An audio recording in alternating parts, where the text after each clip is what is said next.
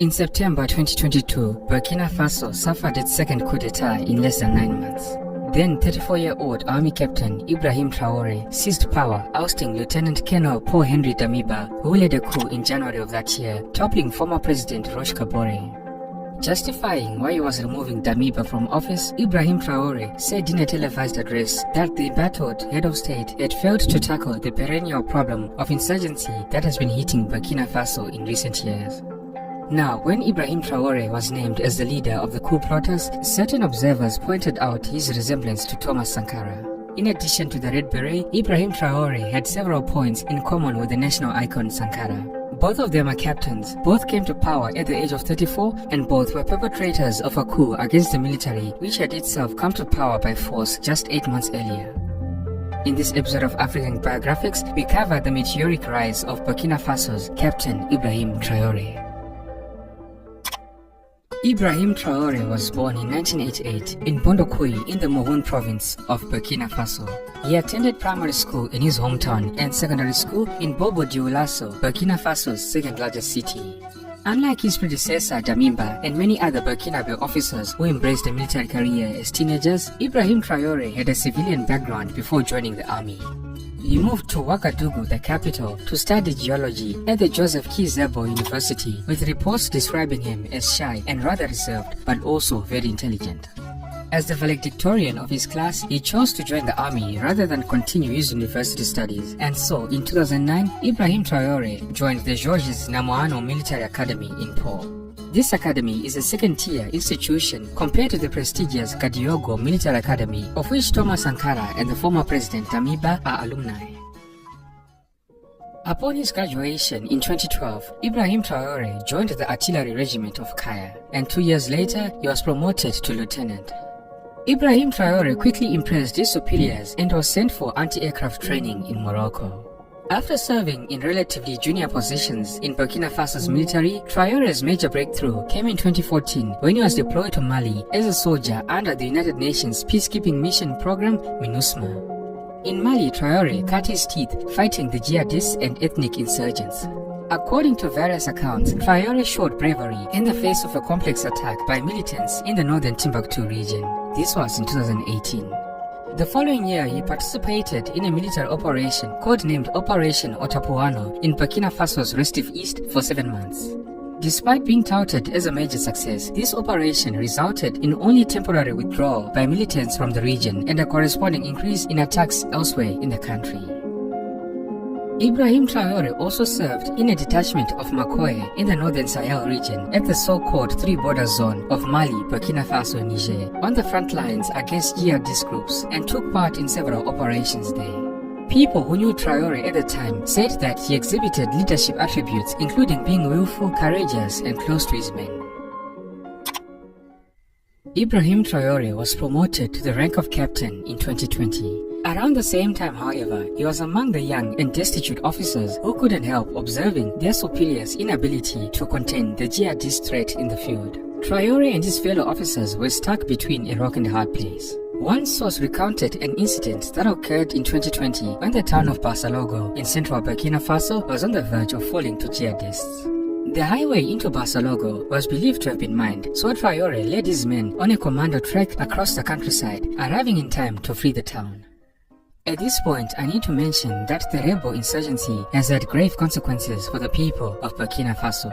Jihadist-inspired terrorist groups are wreaking havoc in Burkina Faso's northern regions, controlling large swathes of territory, especially in the countryside beyond the reach of the central government.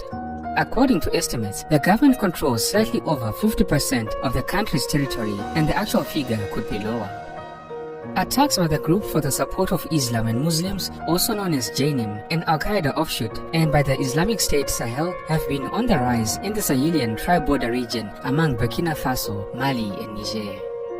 JNIM in particular, which is based in Mali and active across much of West Africa, exploits a lack of opportunities as well as ethnic and social divisions among the populace to facilitate recruitment and build its influence in the region. JNIM funds itself by ransoming captives, taxing locals, smuggling weapons, and extorting human and drug traffickers. In Burkina Faso, the attacks by the jihadist groups include armed attacks, abductions, carjackings, improvised explosive devices, rocket attacks, and ambushes. The most affected regions in Burkina Faso are the Sahel, Nord, Central Nord, and the EST. By late 2021, a humanitarian crisis was evident in many parts of Burkina Faso, and a quarter of the population faced food insecurity. By mid-September 2022, more than 3,000 people had been killed, a third more than in all of 2021. Overall, some 2 million people have been displaced in Burkina Faso.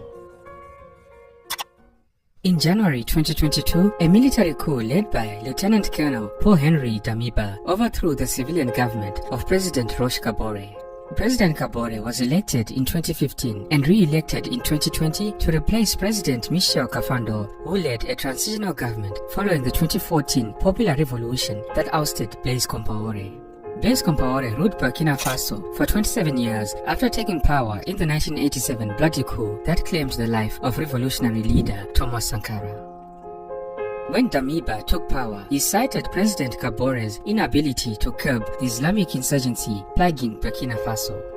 Soon after taking power, Damiba instituted the Patriotic Movement for the Safeguard and Restoration, the MPSR, and vowed to reconquer the country by fighting the jihadist insurgents and helping the 2 million internally displaced people return to their homes. Captain Ibrahim Traoré became a member of the MPSR as Damiba's junta chose to call itself. In March of 2022, Damiba promoted Ibrahim Traoré to become the head of artillery in the Kaya regiment in the center of the country. But it was a move that ironically would sow the seeds of Damiba's own downfall. Unfortunately, during President Damiba's short time in power, attacks by militant Islamists increased in Burkina Faso as they seized territory in rural areas and encircled cities. Under this new government, little improvement was seen by many members of the military. Those stationed in remote areas often did not receive their pay on time. Captain Ibrahim Traore's regiment became a cradle of discontent, and Traore himself, tasked by his colleagues with channeling their frustrations, made several trips to Ouagadougou to plead their case with President Damiba. As the months went by, discontent with President Damiba continued growing among the troops. The soldiers still faced the same logistical difficulties and were suffering heavy losses. This is why Lieutenant Colonel Damiba and his entourage of air-conditioned officers sitting in their comfortable coup headquarters in the capital were accused of being out of touch with reality. Disillusionment at the response of Damiba's government turned into anger, which appears to have crystallized among the soldiers into resolve to seize power. Like the January push, the trigger was an attack on 26 September 2022 by jihadist forces on a 150-truck convoy loaded with food headed for Djibo, one of the main cities in the war-torn north. This city of 60,000 people had been under siege by terror groups for about 18 months. This attack on the convoy, which was claimed by an Al-Qaeda-linked group, killed 37 people, including 27 soldiers.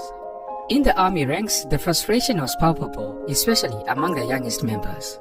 This defeat of the army was pinned on Damiba. A week earlier, he had mobilized a 70-strong delegation to attend the United Nations Summit in New York. There, President Damiba argued that his government was making some progress in the fight against terrorism, and he also asked for support from the international community. The trip to the United Nations Summit was perceived at home in Burkina Faso as wasteful and in total disregard of the dire insecurity situation of the country. In the days that followed, Captain Ibrahim Traore, on behalf of many aggrieved soldiers, went to Ouagadougou to speak with President Damiba. He asked for an audience with the president but never received an answer. Faced with what they saw as contempt, Traore and other officers of his generation decided to take action.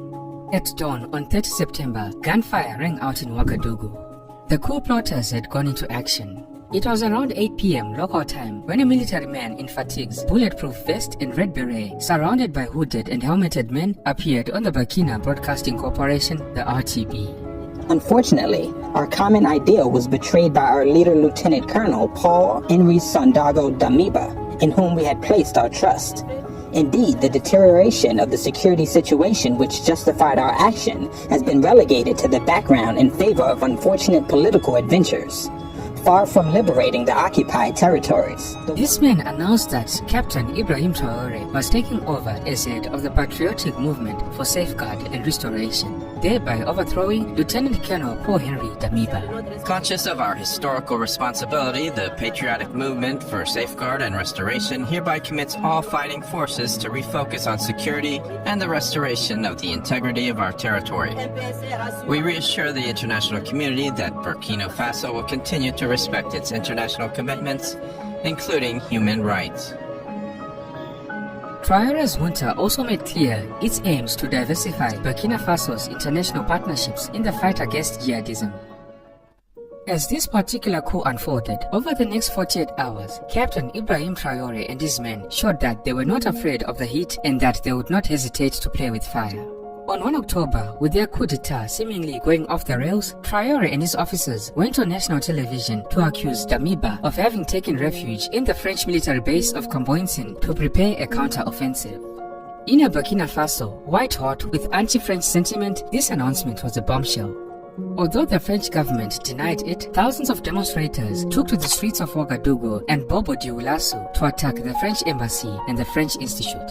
So now, what initially started as a coup d'etat by soldiers turned into a popular insurrection to save the country from an alleged plot supported by France. During the night, several army corps, including the Air Force and some special forces, switched to Captain Ibrahim Traore's camp. The next morning, the case was heard and Damiba was forced to resign. At just 34 years old, Captain Ibrahim Traore was installed as transitional president of Burkina Faso. In the Red Beret, Captain Ibrahim Traore, Burkina Faso's new junta leader and self-appointed president.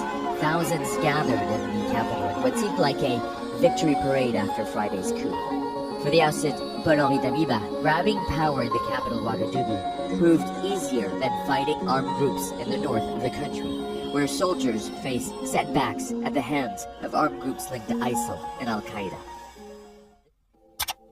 Ever since Ibrahim Traore took hold of power, tensions have been running high with France, whose colonial rule of Burkina Faso extended from 1896 to 1960. Following the coup d'etat, hundreds demonstrated in Ouagadougou demanding the end of the French military presence, strongly contested in West and Sahelian Africa. In January 2023, Burkina Faso gave France 1 month to withdraw its troops as it ended a military accord that allowed French troops to fight insurgents on its territory, citing a wish for Burkina Faso to defend itself. The following month, in February 2023, the two countries, France and Burkina Faso, officially marked the end of French military operations in the West African nation after a flag-lowering ceremony at the French Special Forces camp. All of this fueled speculation that Burkina Faso would deepen security ties with Russia, like neighboring Mali, where Russian Wagner mercenaries were operating. In August of 2023, Ibrahim Traore held talks with the Russian delegation that included discussions on possible military cooperation. This was a follow-up to talks between Traore and Russian President Vladimir Putin at the Russia-Africa Summit that was held in St. Petersburg in July of the same year. While his fellow African presidents were dressed in their characteristic, custom-tailored expensive suits, Ibrahim Traore showed up in military combat clothing, complete with a red beret and tactical gloves. This has since become his trademark. Ibrahim Traore's speech during the aforementioned Russia-Africa Summit earned him plaudits, with some people calling him Sankara incarnate. The following is an extract from his speech. The problem is seeing African heads of state who bring nothing to people who are struggling singing the same song as the imperialists who call us militia. As a result, they end up referring to us as people who do not respect human rights. We, African heads of state, must stop acting like marionettes who dance each time the imperialists pull our strings. In his speech, Traore blasted African presidents who are happy to receive freebies. The extract from the speech continues, and I quote, "Yesterday, President Vladimir Putin announced that free grain would be shipped to Africa. This is pleasing, and we say thank you for this. However, this is also a message to our African heads of state. At the next forum, we must not come here without having ensured the self-sufficiency of the food supply of our people. We must learn from the experience of those who have succeeded in achieving this." Don't be shy to subscribe if you haven't done so already, and don't forget to like and share the video if you enjoyed it. Thank you all for tuning in. This has been Tatenda for African Biographics. Until next time, cheers. Have a good one.